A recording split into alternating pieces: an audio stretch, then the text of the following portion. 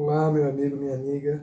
Bem-vindos ao nosso sétimo UFOTEC, nossa ufologia técnico-científica. Eu sou o Felipe. Vamos falar hoje rapidamente sobre uma coisa muito interessante que acontece nos estudos da ufologia. Os céticos têm muita dificuldade, às vezes, de explicar certas peculiaridades do fenômeno UAP, ou fenômeno FUNNY, mais particularmente com os objetos voadores não identificados, quando eles apresentam uma estranha característica em pleno voo, que é a mudança de formato. Afinal de contas, céticos ou não, nós não conhecemos nenhuma aeronave, não conhecemos nenhum aparelho de tecnologia conhecida que possa mudar de formato estrutural em pleno voo. Claro que nós sabemos que balões, papagaios, e drones muitas vezes podem ser desviados de sua trajetória por ventos fortes e até eventualmente sofrer alguma modificação estrutural, especialmente balões delicados, de Mylar, que são elevados ao ar com hélio. Pois bem, mas não é sobre isso que nós vamos falar aqui não. Vamos falar sobre fenômenos aéreos não identificados que, uma vez filmados, fotografados e observados por várias pessoas, aparentemente mudam mesmo de forma, como se sua estrutura fosse maleável. Esses são os chamados FUNNY metamorfos. E o que é isso? Bom, trata-se de um fenômeno aéreo que parece alterar inexplicavelmente seu formato, estrutura ou opacidade, mesmo durante seu deslocamento, não raro manifestando efeitos de transparência, fissão, que é uma subdivisão estrutural, ou fusão com outros FUNNYs. Esse fenômeno, conhecido pelos americanos como shape-shifting UAPs, que são esses fenômenos não identificados que mudam de formato, são uma verdadeira pedra no sapato dos céticos. Porque os céticos sempre tentam arrumar alguma explicação, e às vezes até acham explicações realmente que são plausíveis para certas coisas que a gente observa, fotografa e filma no espaço aéreo. Mas esses fenômenos de mudança de formato, de metamorfoseamento estrutural no espaço aéreo, são particularmente desafiadores, especialmente quando eles são documentados à plena luz. Então, porque fica difícil entender como que alguma coisa aparentemente metálica pode mudar seu formato. Nós sabemos que existe uma tecnologia de aeronaves que possuem as chamadas asas adaptáveis e que elas podem inclusive ter uma geometria variável, especialmente essas aeronaves da NASA que foram testadas a partir de 2015 e que podem mudar de fato o formato em pleno voo, mas elas não mudam o formato de sua estrutura por inteiro. Podemos citar, por exemplo, uma coisa muito interessante, que muito pouca gente conhece, que é o chamado FlexFoil, da empresa Flexsys. Essa empresa criou asas adaptáveis para vários tipos de aeronaves, que são asas maleáveis. Essas asas, elas são como se fossem flexíveis, E essa flexibilidade independe da movimentação de parafusos e rebites. É uma coisa muito bonita, realmente até parece um ser vivo, uma estrutura muito delicada que a NASA desenvolveu e que várias aeronaves já estão usando. Mas não é nem sobre isso que nós vamos falar, porque essas aeronaves são conhecidas, essa tecnologia já é conhecida. Então é muito fácil saber quando uma aeronave pode ou não possuir essas asas, essas adaptáveis. Não é sobre isso, estamos falando realmente de alguma coisa que muda seu formato, visivelmente, claramente. Esse fenômeno não é novo, já vem, claro, sendo observado desde os anos 40, especialmente as chamadas luzes noturnas, na classificação do pai da ufologia moderna, que é o astrônomo Dr. Joseph Allen Hynek, o saudoso pai da ufologia moderna, que foi o fundador do Center for UFO Studies. O Dr. Hynek criou classificação de luzes noturnas para fenômenos aéreos não identificados, geralmente luminosos, que são vistos à noite. Essas luzes noturnas muitas vezes apresentam essa aparente peculiaridade de mudança de formato. Mas é claro que a gente vê luzes no céu escuro, né, especialmente quando o céu está muito escuro, mudarem de cor e aparentemente mudar de formato, pode gerar um monte de interpretações, né? Nós temos vários exemplos de luzes noturnas que mudam sim de cor, de dimensão, de intensidade, de formato, né? Mas é claro que aí, especialmente os céticos, vêm com grandes argumentações dizendo: isso pode ser meteorito, meteoro, queda de satélite, né? Pode ser um avião pegando fogo, pode ser agora os drones com luzinhas, como nós citamos antes, que sim, pode ser um monte de coisa. Pois é, então nós não vamos nem nos limitar a discutir sobre os fanes metamorfos noturnos, as luzes noturnas, como esse exemplo que vocês estão vendo aí, que são as luzes noturnas que foram filmadas em Empire Bay, na Austrália, em 2 de julho de 2013. O Drew Ryan fez algumas filmagens, né, de objetos voadores não identificados lá na Austrália, e vocês estão vendo aí 3 quadrinhos congelados, de uma das filmagens que ele fez de um aparente fane metamorfo noturno, de uma luz noturna. Então, que tinha brilhância variável, coloração variável, ela tinha dimensão variável, parecia aumentar e diminuir, e parecia também mudar de forma. Mas como é uma luz no escuro, a gente pode facilmente sofrer uma ilusão, né? Para afinal de contas, uma luz contra o fundo escuro pode ser muita coisa mesmo. Então nós não vamos nos limitar a discutir sobre isso, porque nós vamos estar dando tiros na água, né? Vamos falar mais objetivamente sobre esses metamorfos que ocorrem à luz do dia. Um dos exemplos bastante interessantes, e que eu acho que vale a pena realmente a gente recordar, é que, apesar de todo esse auê que tem sido feito pelos filmes e os relatos, né, que o Pentágono liberou para o mundo recentemente, né, os filmes do Tic Tac, e que a Marinha Americana pôde documentar e pôde registrar, pouca gente lembra que já em 1995 a Força Aérea dos Estados Unidos já tinha liberado ao conhecimento público uma filmagem que fez provavelmente em setembro ou novembro de 1994. Foram, aliás, duas filmagens de um objeto que realmente parecia mudar de forma. E esse objeto, vocês estão vendo aí algumas das imagens desse estranho fenômeno, enquanto ele estava mudando seu formato em pleno voo, que foi registrado na área de testes, né, de treinamentos da base da Força Aérea Americana de Nellis, lá em Nevada, nos Estados Unidos, né? Que é ali, aquela base que é ao lado da Área 51. Foram feitos 2 vídeos, né, em 94, desse fane, desse fenômeno aéreo não identificado, que segundo algumas estimativas devia ter uns 11 metros, né, de dimensão, de largura. E essa coisa, fosse lá o que fosse, foi muito estudada por céticos e também por crentes nessa fenomenologia. Né? Fizeram muitos cálculos, muitos estudos, muitos levantamentos, surgiram várias teorias, porém, passados tantos anos, estamos agora em 2023, céticos e crentes que estudaram esse fenômeno não conseguiram descobrir o que era. Não conseguiram explicar o que foi filmado. Fato é que era alguma coisa grande, que deslocava-se de forma mais ou menos errática no espaço aéreo e que claramente metamorfoseava seu formato.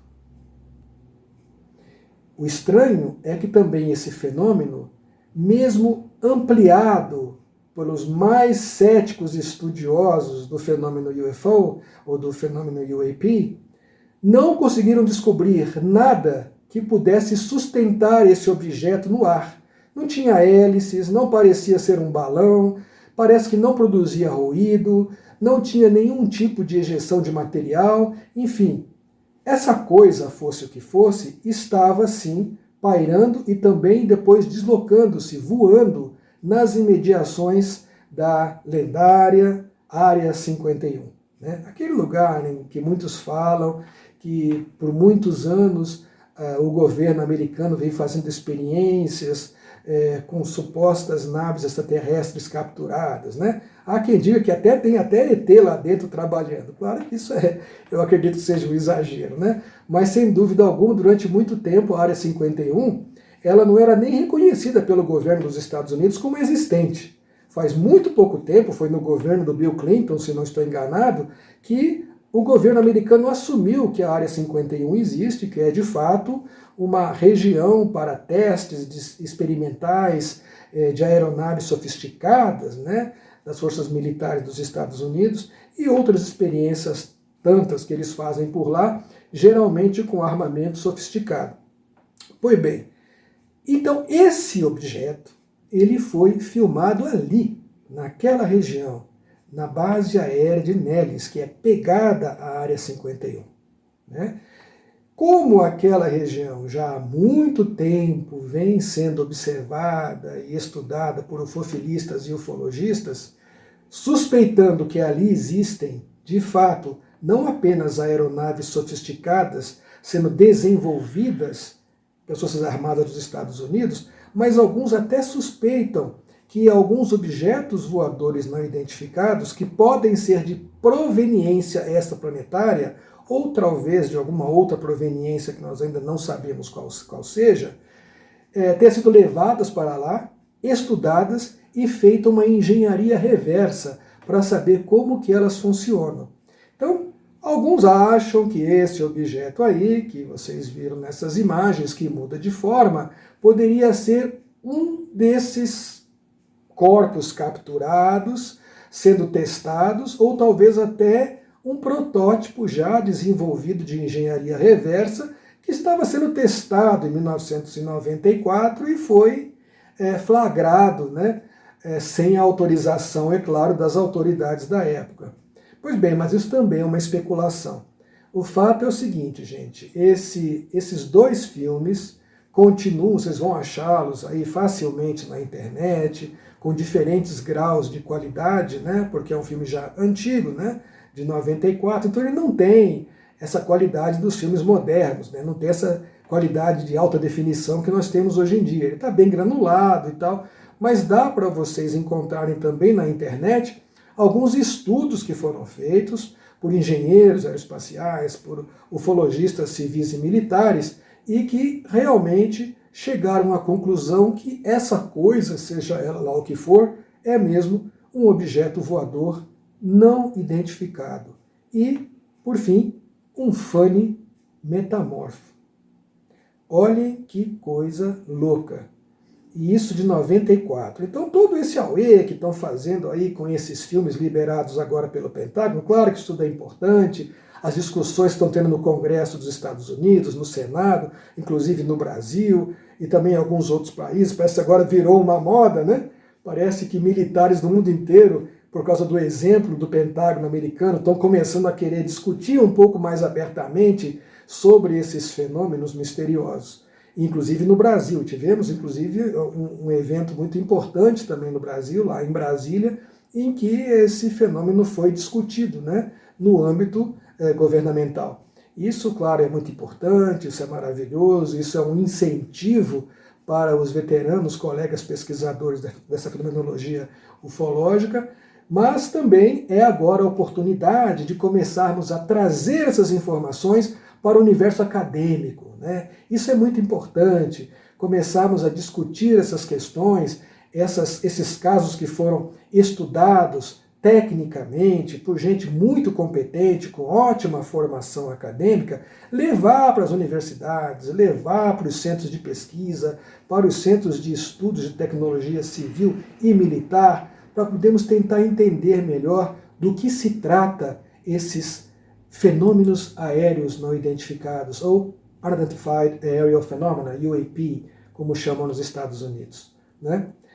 Bom, nós temos uma série de coisas para falar sobre esse fenômeno particularmente e sobre outras subdivisões muito interessantes desses misteriosos metamorfos. Nós vamos falar sobre esses detalhes em outros programas, vamos citar inclusive alguns casos bastante interessantes em que dizem que pesquisadores militares conseguiram até fragmentos metálicos, os chamados metamateriais, de alguns desses OVNIs metamorfos que teriam caído ou acidentado de alguma maneira.